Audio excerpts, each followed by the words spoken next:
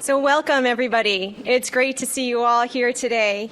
I'm excited to welcome you to the first InCHIP lecture series of the school year. My name is Becky Akopchuk. I'm a postdoctoral research associate in InCHIP and also an adjunct instructor here. And I have the great honor of introducing our speaker here today, Dr. Judson Brewer. But first, I want to ask you all to just think for a moment of a number inside of your head that represents the percentage of people inside of this room who have tried to start a new exercise program or a new diet, but were not able to stick with it. It's probably a lot. Now, think of the percentage of people in the room that are addicted to their cell phones. Well, my dad is here today, and I know that's at least one person that's not, because he still has his flip phone. Yeah, thanks, Dad. But I think it's safe to say that we could all relate to how hard it is to create and maintain healthy habits, and we could all relate to addiction in some form. But lucky for us, we're about to hear from the world's leading expert on the science of self-mastery. So let me give you a little background on Dr. Brewer's work. When I teach health psychology, his TED Talk is the first assignment that I give my students when we cover health behavior change. His TED Talk has over 10 million views. If you haven't already watched it, you should check it out. I also encourage my students to try out his app, Eat Right Now, which helps you identify emotional eating. He's published numerous articles, book chapters. He's trained U.S. Olympic coaches, and he's been featured in Time Magazine's Top 100 New Health Discoveries, among many, many others. His fMRI studies were the first to show the impact of meditation on brain function and connectivity. And he also just completed the first clinical trial to test a cell phone app that he developed to help people quit smoking. It's called Craving to Quit. Now, we know there's a lot of apps out there for all sorts of different purposes, but how many of them are based on scientific research and are rigorously tested in clinical trials? So Dr. Brewer's educational background is also quite impressive. He started off studying chemistry at Princeton, then he did his MD PhD at Washington University in St. Louis. He got his PhD in immunology, studying the effects of stress on the immune system. And then around that time, he began his own meditation practice, which led him to choose to do his residency in psychiatry here in Connecticut at Yale School of Medicine, where he spent 5 years as faculty at Yale as an adjunct professor and as medical director of the Yale Therapeutic Neuroscience Clinic. In 2014, he was named the director of research at the Center of Mindfulness at UMass Medical School.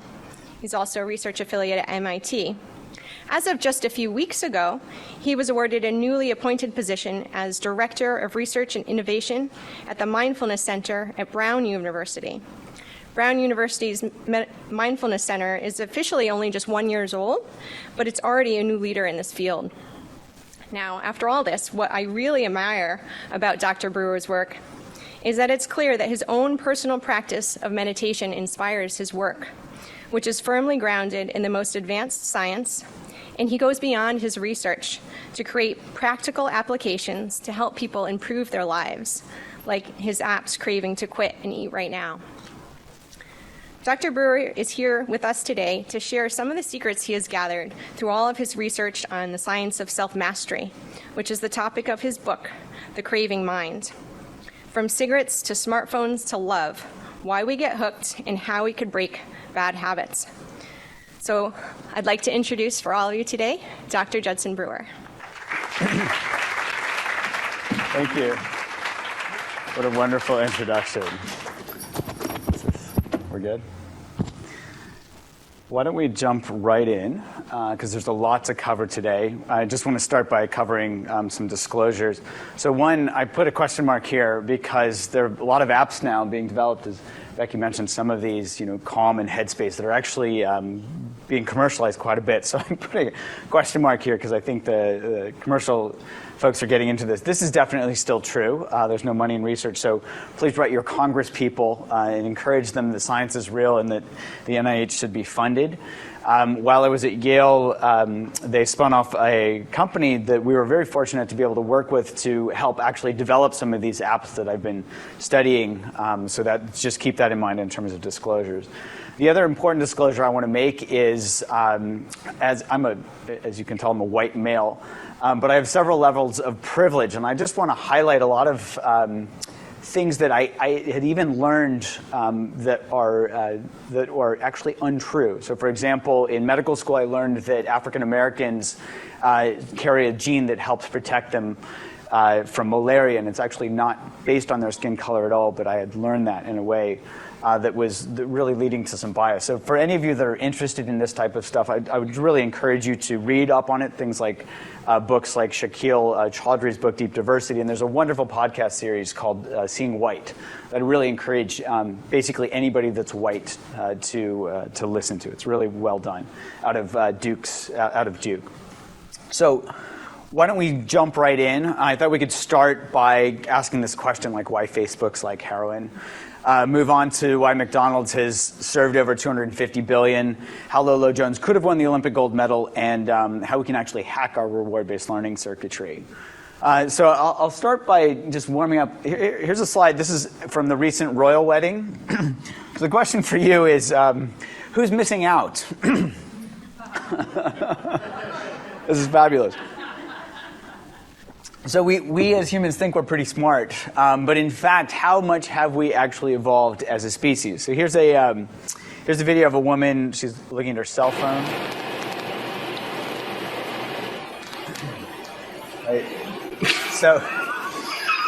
So down and we've probably all seen versions of this, but down in New Haven, Connecticut, they had to spray paint on the sidewalk, on the crosswalks, look up. I don't think it's that the Yale students are getting dumber, but their phones are certainly getting a lot smarter. So how did this come into play? I think we can start by really understanding how our minds work a little bit and then use this to be able to work with them. And so I'll use a personal story. First time I was in Paris was 2014. And I went, my wife and I did some sightseeing. Some of you might be familiar with this place. This is the Louvre. I'm not very good with French, but the entrance to the Louvre. And in 2014 it was a banner year. So Time magazine named this device one of their top 25 inventions of the year. Okay, to me it's a sign of the apocalypse. But this is really interesting. So we can use this kind of as a vignette, as a way for us to think about how our minds work. So let's say that we're these two women at the Louvre, and we're really excited, and our brain says, this is amazing, let's capture this moment, let's take a picture. And then it says, no, I have a better idea. Let's post this on Facebook. So how do we spend the rest of the day? Looking at the artwork or checking to see how many likes we got on Facebook? So let's just keep this in mind as we go through the talk. The other thing I like about this is, guess who this is? This is the boyfriend who's now rendered obsolete. And I also have to highlight that the French, they do everything in style. Vive la France. Okay, so what's going on here? There was a study that was done in 2012 at Harvard where they basically simulated Facebook, and where they put people in an fMRI scanner. And the way that we study brain activity with fMRI is we look at contrast conditions. We take a baseline and then we take something compared to this. So what they did was they offered people money or the chance to basically talk about themselves. And guess what people chose to do? And as people were self-disclosing, what they found was that they were activating a part of their brain called the nucleus accumbens. Now, this is an important brain region. Some of you might know this. It's a downstream recipient of dopamine from the ventral tegmental area. This is the most well-characterized reward-based learning pathway in the brain. It gets activated by alcohol, by cocaine, by heroin, by cigarettes, and apparently also by Facebook. There was another study that showed that they could predict the amount of time people spent on Facebook based on how much their nucleus accumbens was activated. So there's something even rewarding about talking about ourselves. There was a study that came out a couple of years ago. This was a study done by some researchers at UCLA, where they basically, again, we need contrast conditions for fMRI, where they simulated adolescents' Instagram feeds. So the only manipulation they made, they used their own pictures and everything, the only manipulation they changed was how many likes certain pictures got. And then they could measure their brain activity based on more likes versus fewer likes. Now, they found that the nucleus accumbens was activated, but also they were activating this self-referential brain region called the posterior cingulate cortex. We'll come back to this in a bit. But this is really highlighting this link between reward and self. I'll just show you a summary slide of the talk so far.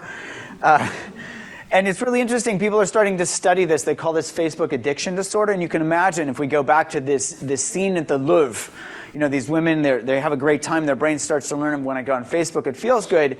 When they're finished with vacation, they go back to their cubicle or whatever, back to school, and they have a big exam. Their brain says, oh, this isn't so good. And it says, well, let's go on Facebook. We'll feel better. And so you can see people go online to regulate their mood, which of course doesn't fix whatever it is. If they're stressed out from an exam or a meeting or whatnot, it doesn't fix it. It actually makes things worse because they're not dealing with the core root of the problem.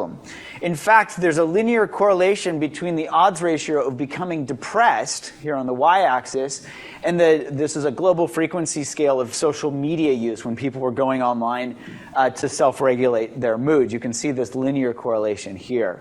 So this is just, I don't want to say this is like a Debbie Downer type of thing, but it's just something to be aware of.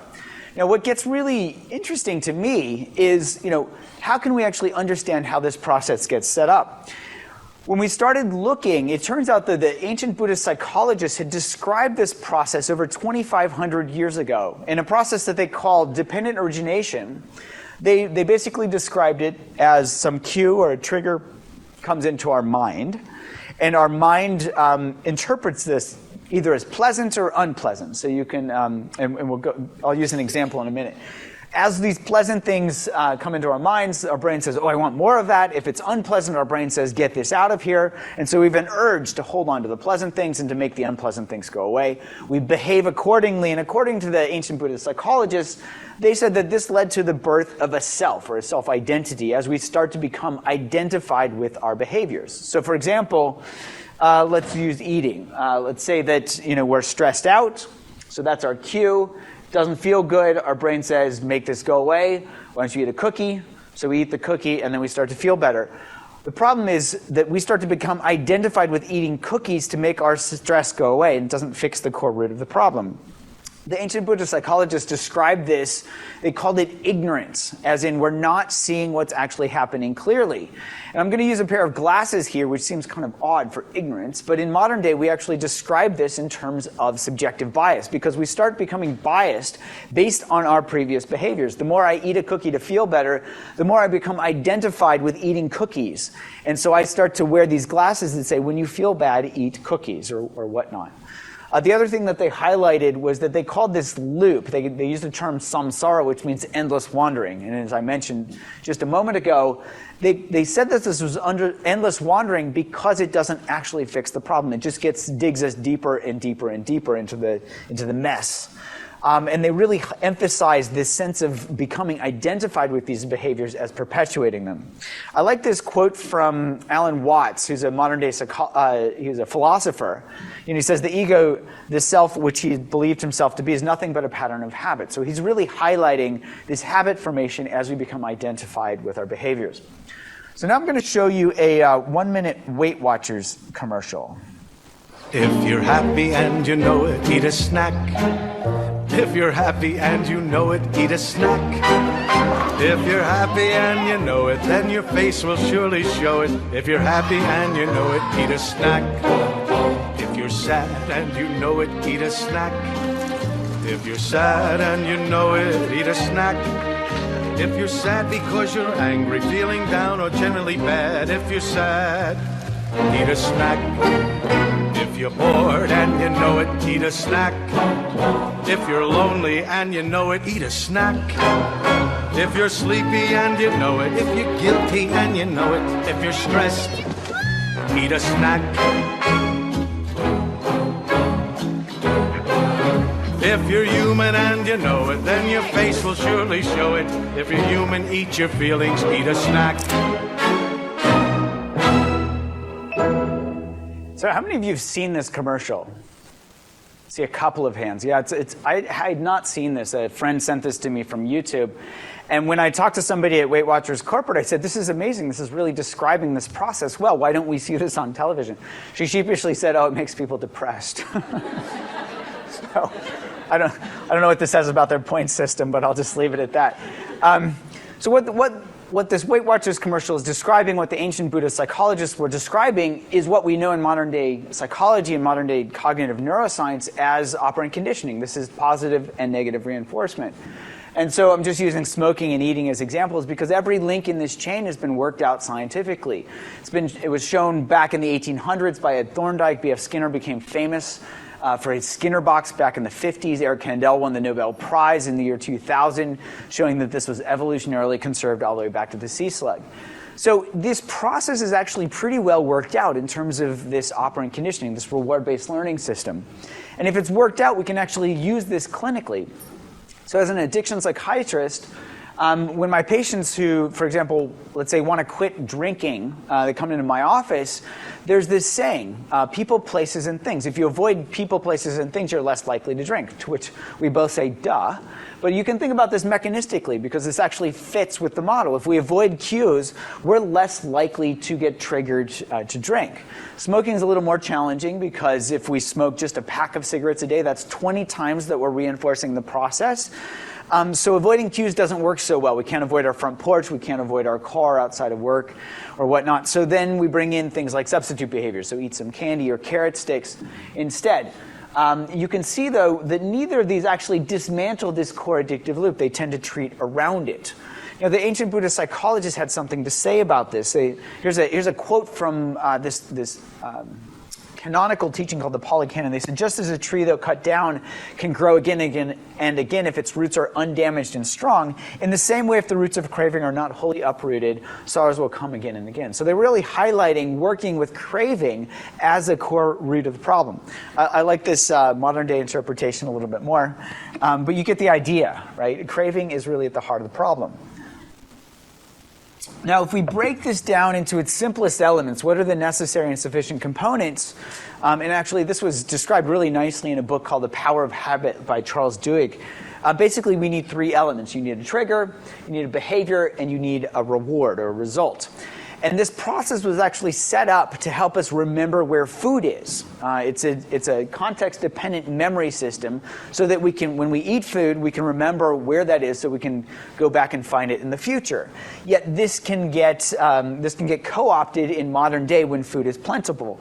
For example, and this is a great New York Times article that came out a couple of years ago called The Extraordinary Science of Addictive Junk Food, where there are literally food engineers who are doing whatever they can to get us addicted to substances. I like that they use the Dorito as an example on the cover page of their article. For my favorite peer-reviewed journal, The Onion, they had a headline that says Doritos celebrates its 1 millionth ingredient. Because this is a manufactured object. This is not something that we find growing on trees. And they've manufactured it to be the perfect color, the size, the shape, the crunch, the taste, the way that it melts in your mouth, all of that stuff to become addictive. Here's the summary slide of this. Poor Cookie Monster.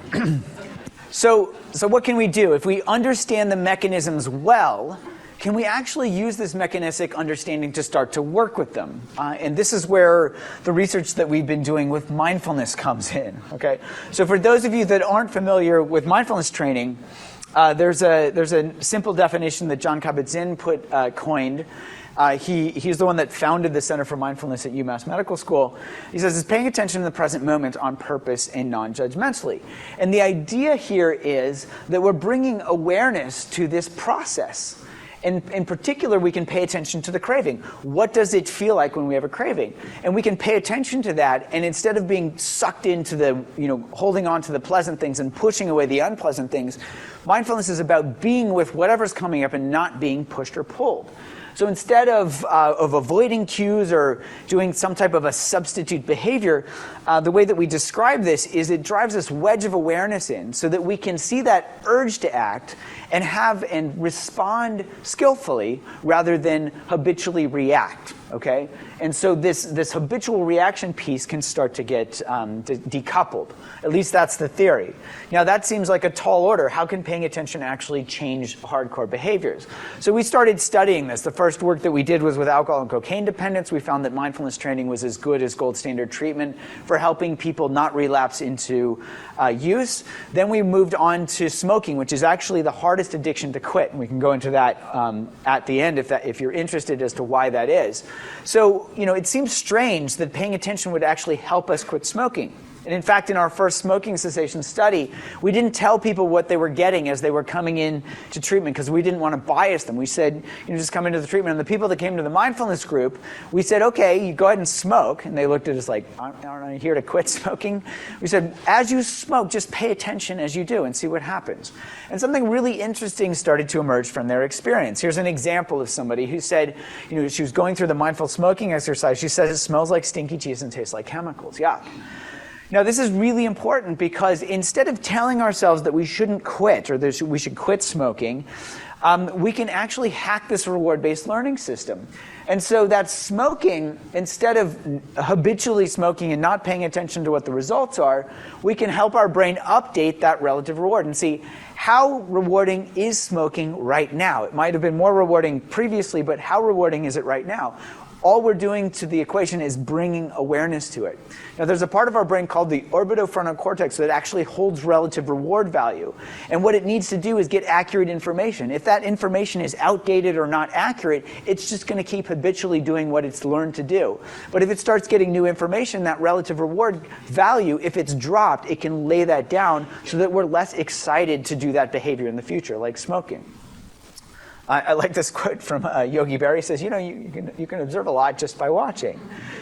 So how powerful is this actually? And I won't go into the details because we published this a couple of years ago, but we actually found that mindfulness training was 5 times better than gold standard treatment at helping people quit smoking. So that was pretty remarkable. And at that point, we wanted to really understand mechanistically what was happening. So we had this working hypothesis that mindfulness would decouple craving and behavior. And the idea here is that we would still have cravings, but as we quit smoking, think of this as maybe like craving being a fire, and smoking is like adding fuel to that fire. If you stop adding fuel to the fire, this fire is still there for a while until that residual fuel is consumed. And so we formulated this hypothesis we could actually test this scientifically.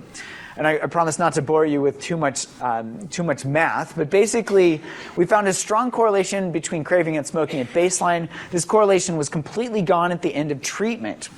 And in fact, what we found was that the amount that people practiced informal mindfulness practices formally moderated that decoupling of craving and smoking. It didn't have anything to do with cravings or baseline cigarette use. It had everything to do with people practicing mindfulness. Now, we can do a bunch with statistics to have our numbers come out right. So I like to look at raw data. And what we could actually find is at the end of treatment, people who had quit smoking in the red line here had the same level of craving as people who didn't quit smoking. Yet over time, as they stopped smoking, that residual fuel, their cravings actually died down over the course of 4 months. Whereas the folks that continued smoking, they still had an increased amount of residual craving. So if we look at this from the model, it does seem that mindfulness training decouples craving and smoking in this case. So at the time that we were developing this treatment and finding these results, we were thinking, well, how do we disseminate this in a way that maintains fidelity and maintains efficacy? And it's really hard to train people to deliver treatment. There's a lot of work out there showing that the therapists are very good at doing therapy, but less good at doing manualized treatment.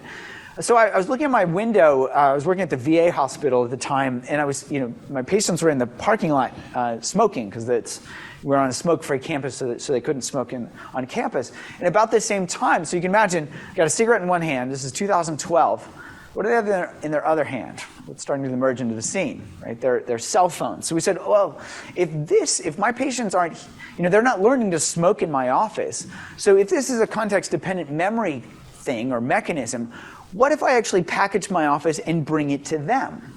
Or the way that you think of this is, if you can't beat them, So we started developing app-based mindfulness training. And the first one that we developed was this smoking cessation program. Since then, we've developed a couple more, one for eating, one for anxiety. And you might ask, anxiety? Habit? No, that's crazy. But there's actually a lot of research out there showing that anxiety can be reinforced, especially through negative reinforcement, in the same way that other habits are. So we have an unpleasant emotion or thought. Often this is fear or something else. We start thinking. It's like, oh, I'm gonna contingency plan, and then we feel better because we feel we're in control. We're avoiding whatever that emotion was in the first place. Well, in fact, when our brains learn that the worry thinking doesn't actually fix things and the worry itself becomes aversive, this reward gets smaller and the worry thinking becomes the trigger itself. So it starts spiraling out of control. Here's an example from somebody in our program. I don't know if it was a man or a woman, but he or she said, I think of my to-do list or projects and conversations. I feel as though somehow the anxiety is trying to offer some control. So for any of you that keep to-do lists, I'm one of them, but for any of you that keep to-do lists, think about that, looking at your to-do list and how much that actually adds to the problem or actually fixes it. So we can actually take these manualized treatments, we can cut them into bite-sized pieces and deliver them through somebody's phone. Here's an example. The anxiety program's 30 modules at the core, 10 minutes a day, so people can do this on a daily basis without having to come into treatment or anything. And then importantly, we can embed things like experience sampling so that they can track their progress, we can track their progress and test the efficacy of these trainings. Now, it might seem strange to be able to learn mindfulness training through an app, so I'm going to show you a short animation of how we actually deliver some of these core concepts. Today we're going to explain cravings through the metaphor of a screaming child. I know you've heard and seen a child throwing a tantrum. Perhaps for some of you, it was your own child. This child is screaming because he wants something, and you as the parent want him to stop screaming. All your child wants is a lollipop.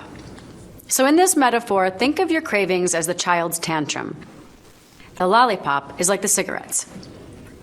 But what should you do? Yell at the child? That might make things worse. Gag the child? That will stop the screaming in the short term, but you know what will happen as soon as you take the gag away. You could just give him a lollipop. Congratulations! You've just taught your child to scream for lollipops. In other words, you just taught him that screaming is a good way to get what he wants. What might you do instead? Here's a novel concept. Just let him scream himself out. What? Have you ever seen a child scream forever? Sometimes they scream so hard and so long that you think their head, or your head, might explode. But it never does. What happens instead? Eventually, the child gets tired and stops. So you can see how we can actually use animations as a way to drive these key points home that might seem simple but can often be hard to grasp. So, I showed some examples with smoking. Let's see how this relates to eating in particular. And we got interested in this because some of our pilot testers for our smoking program were actually reporting that they were changing their eating behavior using the scripts from our smoking cessation program. Typically, people gain weight when they quit smoking because they substitute eating, but these folks were actually doing the opposite. So I'll give an example of a patient that I saw in my clinic not too long ago. She was about 30 years of age. At a very unhealthy weight. And what she described to me was that she was the daughter of parents who both had survived the Khmer Rouge genocide and had emigrated to the United States. Her mom, when my patient was about the age of 8, her mom had started verbally abusing her, probably taking out some of her own trauma on her daughter. And what my patient reported was that she had started learning that if she ate food, she described this as she could numb herself from those unpleasant emotions. By the time I saw her, she was binge eating entire large pizzas in a single sitting, sometimes twice a day, and she was doing this 20 out of 30 days a month. And you can see how this process got set up from her childhood for the last 20 or so years. Now, if we map this into the habit loop, you can see how this negative emotion leads to binge eating and leads, as she described it, to some temporary relief where she was able to numb herself from her emotions. So I don't have time to go into the details, but we actually studied whether we could use an app-based mindfulness training to help people change their relationship to eating, whether it's binge eating or eating beyond satiety or other things like that. And I'll just jump to the details because we just published this last year.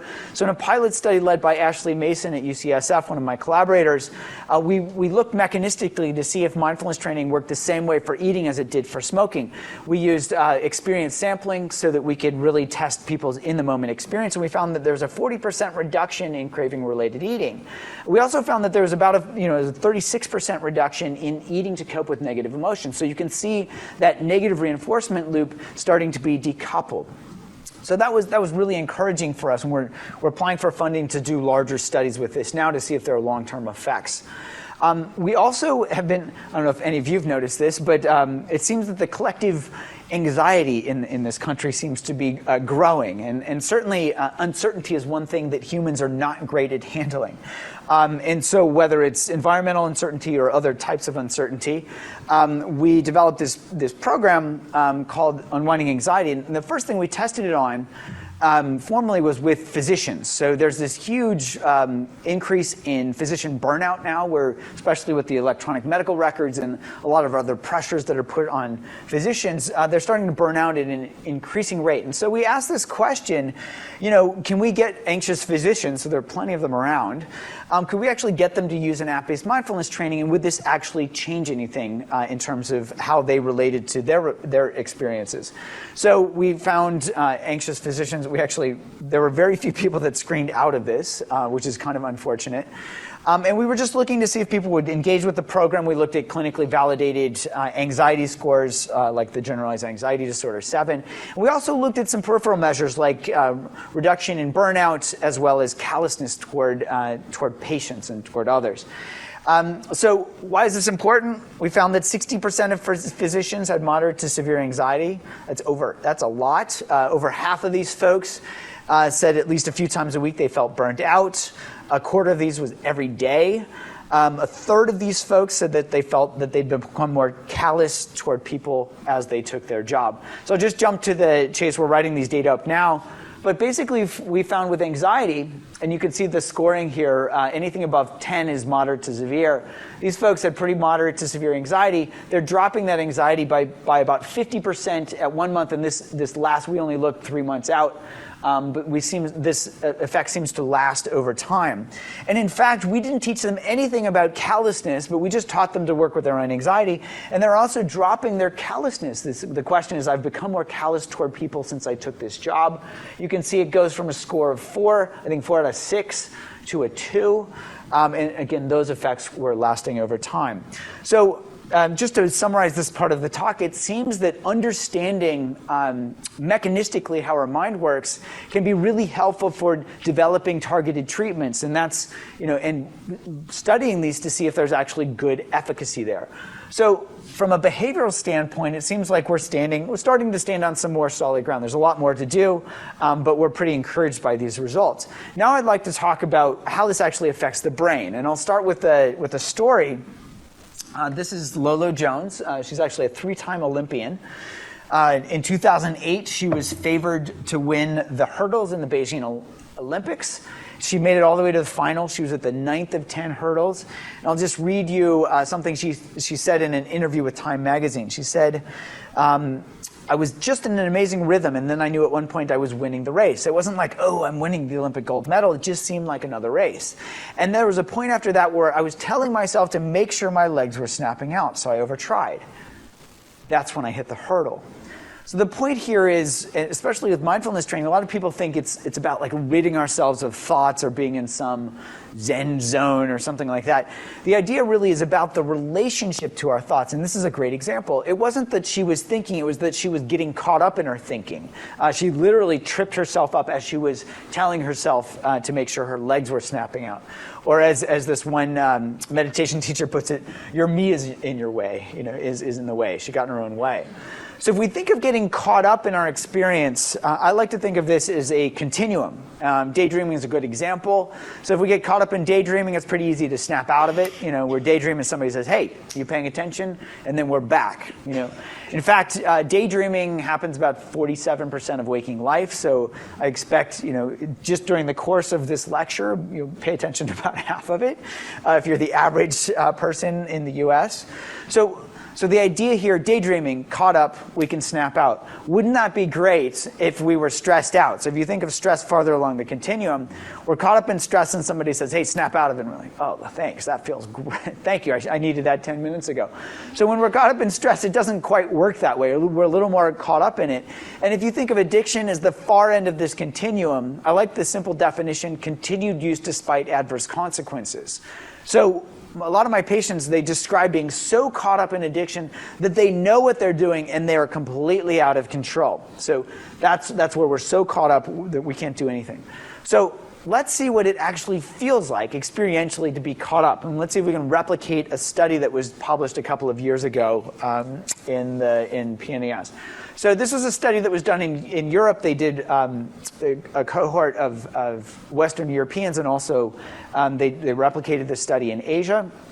And I'm going to ask you to, they basically induced a bunch of emotions in people, and then had them describe or point to where they felt them the most. So what I'm going to ask you to do is think of a time recently, don't think of the worst thing ever, but just think of a time recently when you were stressed, when you were, let's be more specific, when you were afraid, or when you were anxious, okay? And if you haven't been anxious or afraid in the last 2 months, raise your hand and tell us your secrets. All right? So bring that scenario to mind, and then with a mental finger, point to where you feel it most strongly in your body. Okay. So for those of you that brought up a scenario when you were afraid, this is a heat map showing where most people pointed. Yellow is the hottest part. So this means that most people, when they had the fear emotion induced, that they pointed or they described it feeling most in their chest. So some of you might relate to that. Others might have felt it, somewhat in your face or a little bit in your belly. Anxiety looks very much the same as fear. And so we actually can map out in our direct experience what these emotions feel like. And with fear and anxiety, it's this feeling of this, we often feel this contracted feeling in our chest, which makes sense from an evolutionary standpoint, because if we're being chased by whatever that big animal is that's going to eat us, if we make ourselves as small as possible, we can protect our vital organs and be less likely to be eaten. So this actually makes sense. Now, if this caught upness, if we're caught up in fear or caught up in anxiety or just caught up in daydreaming, if this happens a lot, like with daydreaming being 50%, we can actually map this out from a brain perspective. So this is a very busy slide, but the point of this is that there's a network of brain regions called the default mode network. These brain regions all talk to each other when we are not doing anything in particular. Now, it turns out that what do we tend to do when we're not doing anything in particular? We tend to be thinking about ourselves. And so this has been linked pretty closely with self-reference. Just as the two main hubs of this default mode network are the medial prefrontal cortex and the posterior cingulate cortex. So these are midline brain regions in the back and more toward the front of the brain.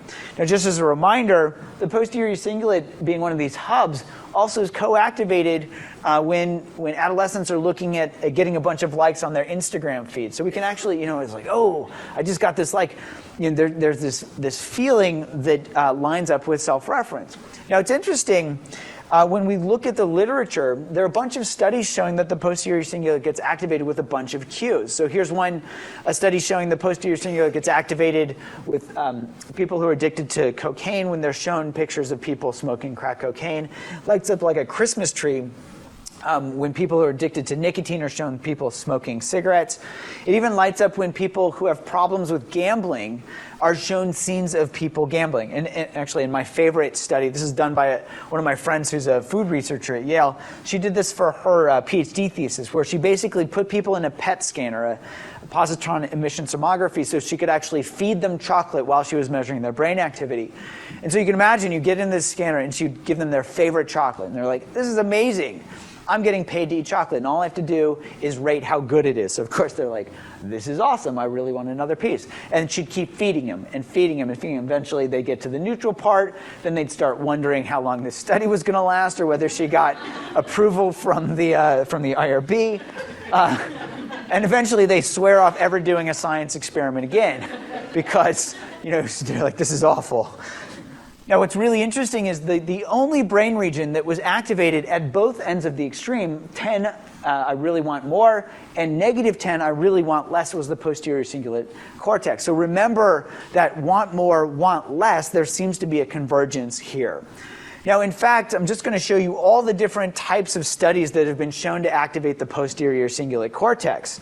So this can seem like a mess, and a lot of neuroscience is a bit of a mess. So we tried to find a parsimonious explanation for what was happening here. So we came up with this working hypothesis that this experience of getting caught up might be what's activating or what's correlating with activation in the posterior cingulate cortex. And we can actually test this experimentally. It's also helpful if we have a condition that can affect this, if we have an independent variable that we can bring into the situation to see if it affects it. And this is where mindfulness comes in, because the idea is it's about not getting caught up in ourselves. So I'll just go through this quickly because we published this a couple of years ago. The first finding that we had was actually a non-finding. I'd been meditating myself, and boy, I felt like I was doing a lot of work. So we were looking for brain regions that were increased in activity when people were meditating. And in fact, we found not a single brain region that was increased in activity in experienced versus novice meditators. And we even took 3 different types of meditation and brought them all together so we would increase our power to see a difference. We didn't find a single thing. But when we looked at the opposite contrast, when we looked at whether experienced meditators showed decreased activity in their brains versus novices, we found something really interesting. Now, in fact, there were only 4 brain regions that were different between the groups, and 2 of these 4 were these 2 hubs of the default mode network, the medial prefrontal cortex and the posterior cingulate cortex. So that was really, really interesting. And so we went on, and I'll show some of it. We did a replication study to make sure this was true. There was a meta-analysis that showed that the posterior cingulate cortex was also actually, really not just in our studies, but found to be the case. We then started asking, well, these are experienced meditators. Can we actually teach people meditation and prospectively measure their brain activity over time?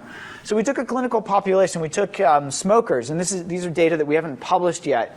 But what we did was we said, well, can we measure their posterior cingulate brain activity? This was in conjunction with Amy Janes, who had developed this paradigm that used smoking cues to activate the default mode network.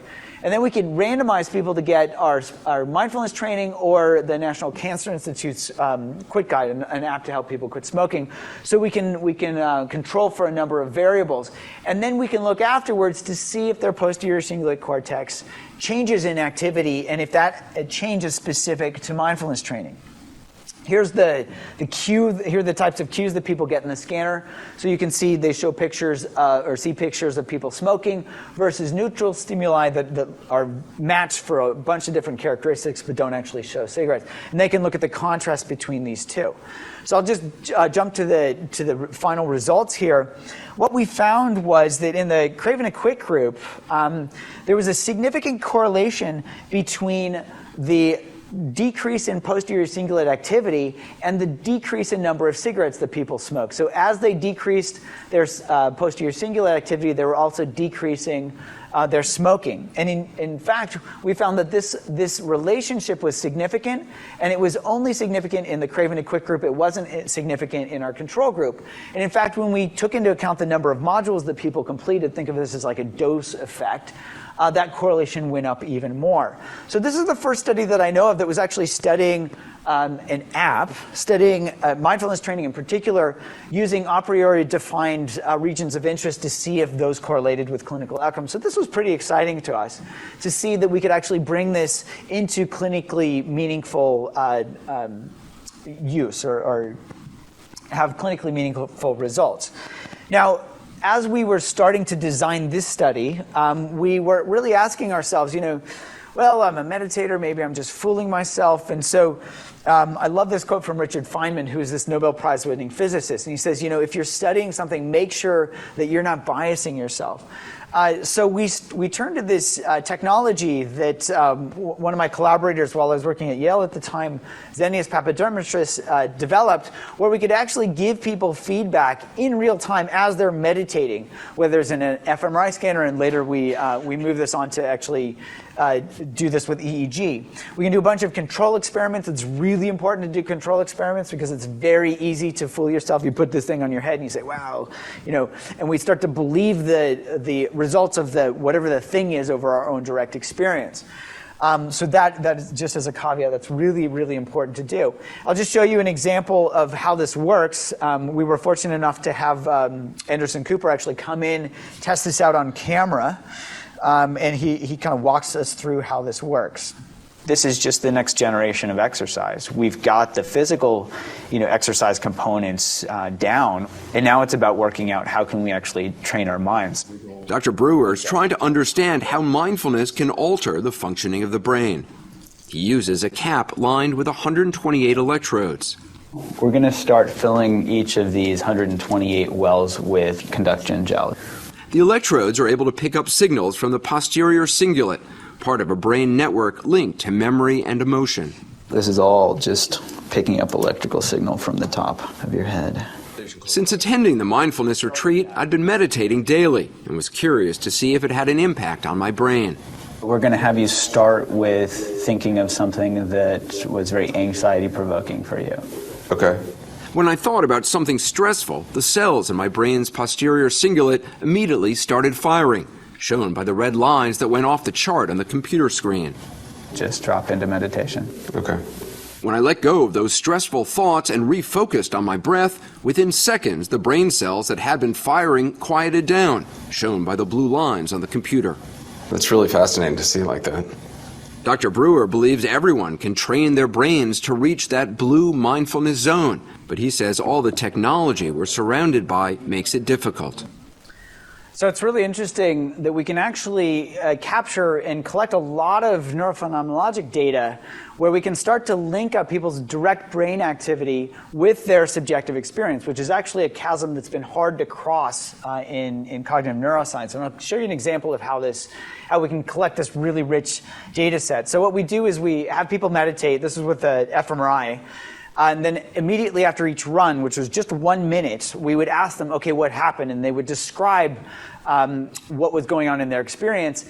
And often they would even just meditate with their eyes open so that they could see exactly what was lining up with their experience. So this is an experienced meditator describing his experience. He said, at the beginning, I caught myself. I was trying to guess when the words were going to end. That was our baseline task.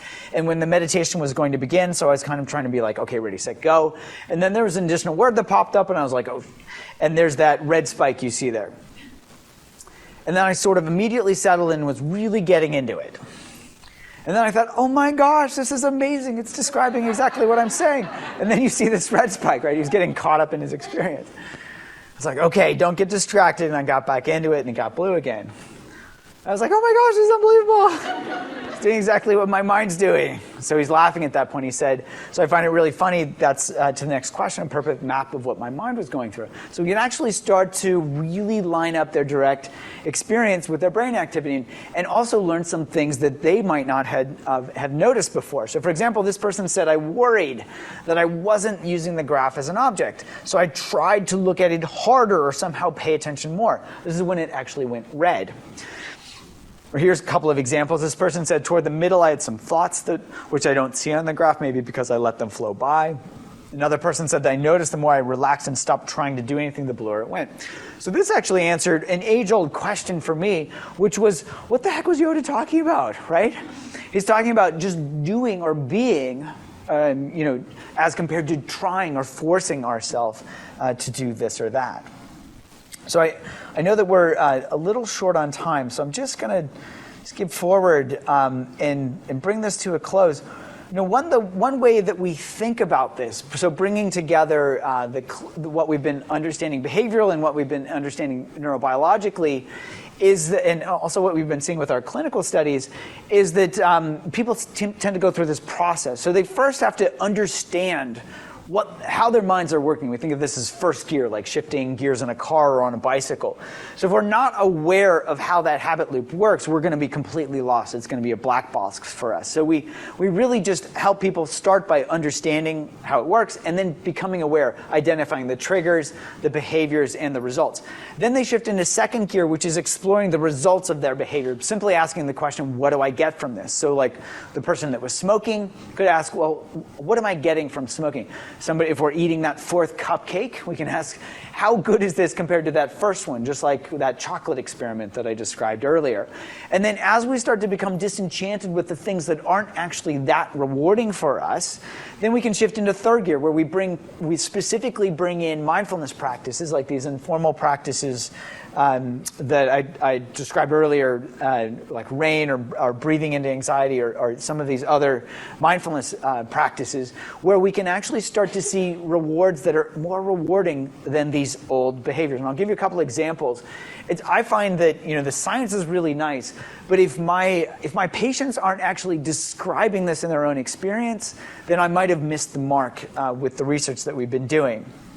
So here's somebody, this is before they've even shifted into first gear. This person said, they were so caught up in their habit loop of anxiety, they become afraid of their own body sensations. So first gear, as I mentioned, recognizing these habit loops. Here's an example of somebody who they can actually keep online journals as part of these app-based training. So this person wrote in her journal, I understand why I go to food, to avoid or cover up or distract from uncomfortable feelings such as anger, sadness, or restlessness. Who wants to feel those things? Trigger, uncomfortable feeling. Behavior, eat something that temporarily diminishes the feeling. Reward, still have to deal with the unpleasant feelings plus the sugar headache. I can clearly see how I got caught in this habit loop trying to escape difficult feelings with food, but that ultimately it doesn't work. So the person was actually describing both first and even tripping into second gear a little bit.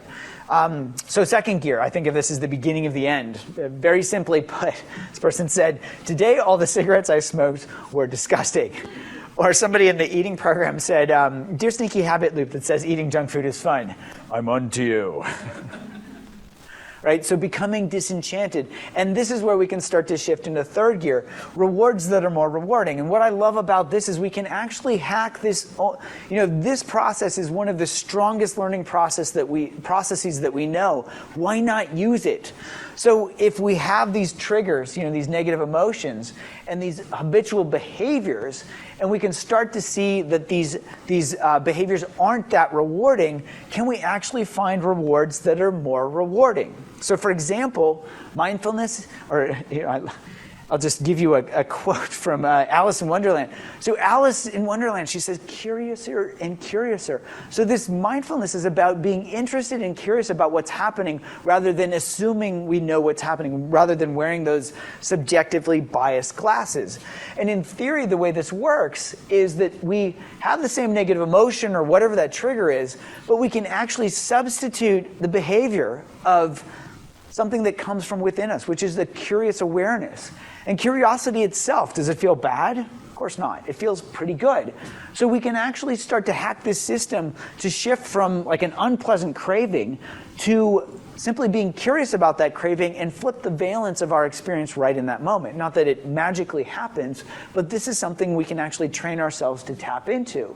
And instead of getting brief relief from eating a cupcake or smoking a cigarette, we can actually see that this is something that's always available to us. It's intrinsic to us rather than us needing to go outside of ourselves to feel better, whether it's a cupcake or a cigarette or scrolling through cute puppies, Instagram feeds or whatever. That just shows my naivete about Instagram. I'm not. I think that language is what's out there, but I'm not the right person to talk about that. So just a couple of examples. This person said, when I first started the program, I didn't quite buy into the benefits of curiosity. Today I felt a wave of panic, and instead of immediate dread or fear, my automatic response was, that's interesting.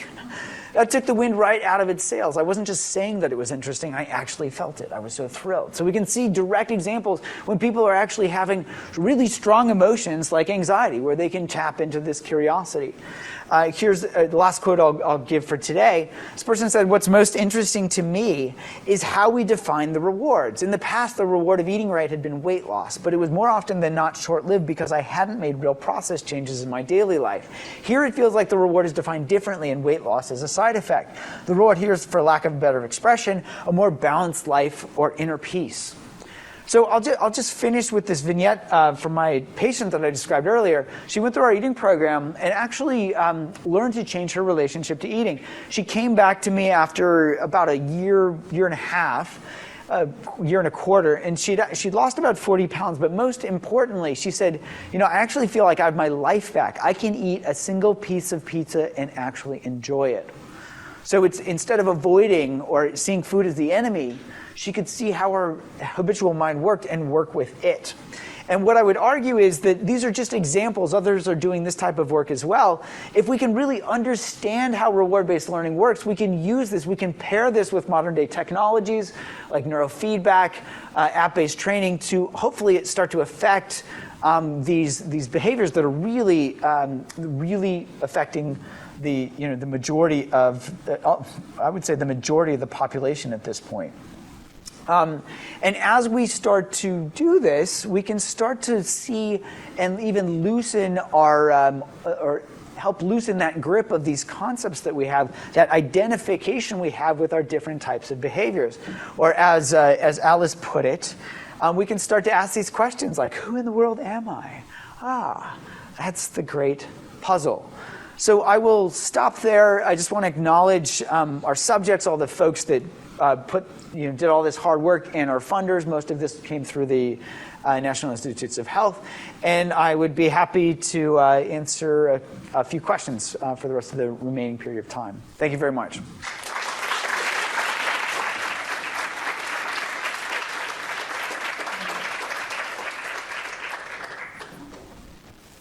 So any questions? In the cheap seats. Way in the back. Thank you for presenting this. I'm curious to know, for folks out there, having that first bite of cookie or the cigarette or whatever, and they're being more mindful, what is the first in my whole body and I feel relaxed? How do you get it back? It's a great question. So let's, and I'm glad you bring up smoking and cookies because they're very different. I've yet to have a patient come to me and when they really pay attention to the taste of a cigarette say, this tastes really good. Cigarettes don't actually taste very good. That's why they use menthol. That's why they do flavoring. Nicotine's actually a toxin so the plants make so animals won't eat them. And here we are as humans. But cookies are different, right? Cookies, it's going to be hard to argue to me that cookies don't taste good because they do taste pretty good. So with eating, we can look to see where is it a problem. So nobody can argue that smoking improves longevity or improves our health. But calories are kind of essential for survival. So we can look to see, okay, I eat a cookie, I eat a bite of a cookie, that tastes pretty good. I eat another bite, that tastes pretty good. And we have this game that we have our folks play, which is how little is enough. To see where that drop-off is when that pleasure, that satisfaction starts to move toward habit or not being as satisfactory. Because their brain and their body is saying, good, I'm good here. And that's really helpful for helping them eat 1 or 2 cookies versus 12 cookies or 4 or whatever. So this isn't mindfulness doesn't magically change the taste of food. It might help us see more clearly. I've had people accuse me. They say, wow, you didn't tell me when I came into this program that I'm not going to like this food anymore. Typically, they're talking about some manufactured type of food. But what they do, I would say, uniformly report is how much they're enjoying the taste of natural food, because nature's done a pretty good job of balancing the sweetness and all of this and this and this for food actually tasting pretty good, and then also telling us, okay, that's enough. Very different than, I can't eat gummy worms anymore. I used to love those. They just taste like petroleum to me now. So there are certain things where I'm just going to lose the taste, but those are probably more on the spectrum of cigarettes than natural foods. Does that get at your question?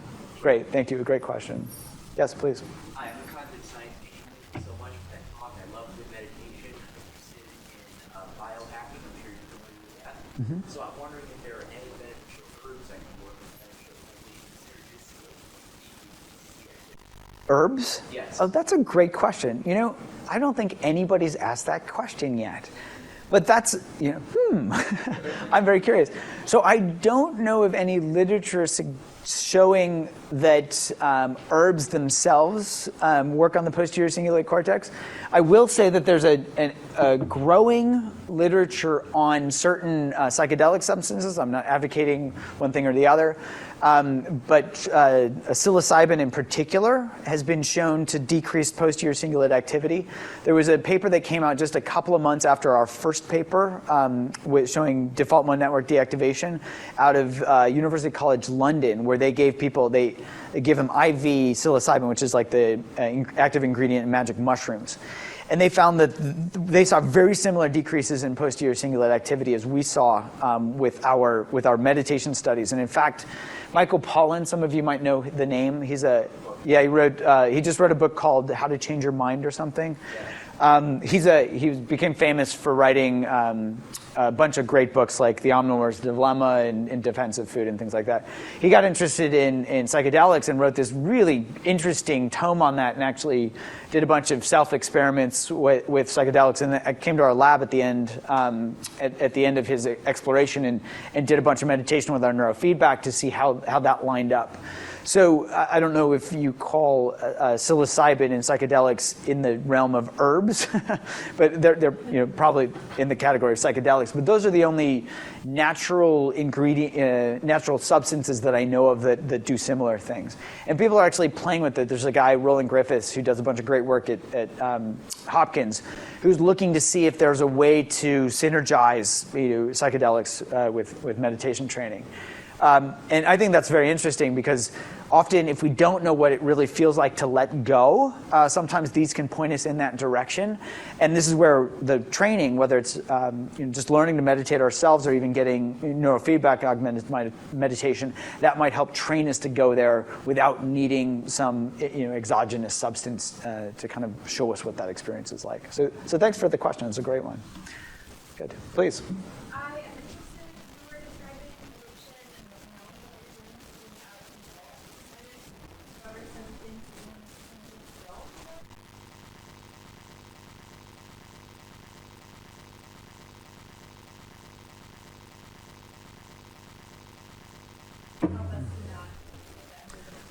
Yeah, it's a great question and a very, very important one, especially culturally today. There's a huge amount of implicit bias that I think culturally we'd ignored or we're less aware of. I was on the thesis committee for a woman, Una Kang, who did her thesis work at Yale, where she looked at loving kindness meditation as a way to reduce implicit bias. And she published a paper on that showing that it actually did reduce implicit bias. This is only a 6-week training, so relatively short. Reduced implicit bias toward homeless people. So that was one of the first studies that I know of to start to work with this. But you're bringing up a good point because implicit bias is learned in the exact same way as we learn. This is the same learning process. So we start to see this. If movies portray dark-colored people as villains, then we might start to learn to bias, be afraid, not knowing, where that came from or whatever. And I'm really glad that society is starting to wake up to that so that we start changing those types of things. And we've even seen this in the recent years in commercials. Just showing non-white people in regular commercials helps a lot with those types of things. And I think so that helps. And fortunately, I think mindfulness is going to be shown more and more to help in that same way, even though the data are relatively preliminary. But the mechanism is exactly the same. So my hope is, and anybody interested in doing that research, I'd really encourage that research to be done because it's really important. So thank you for asking that. Oh, there's another. Okay, so no. Thank you all for your attention.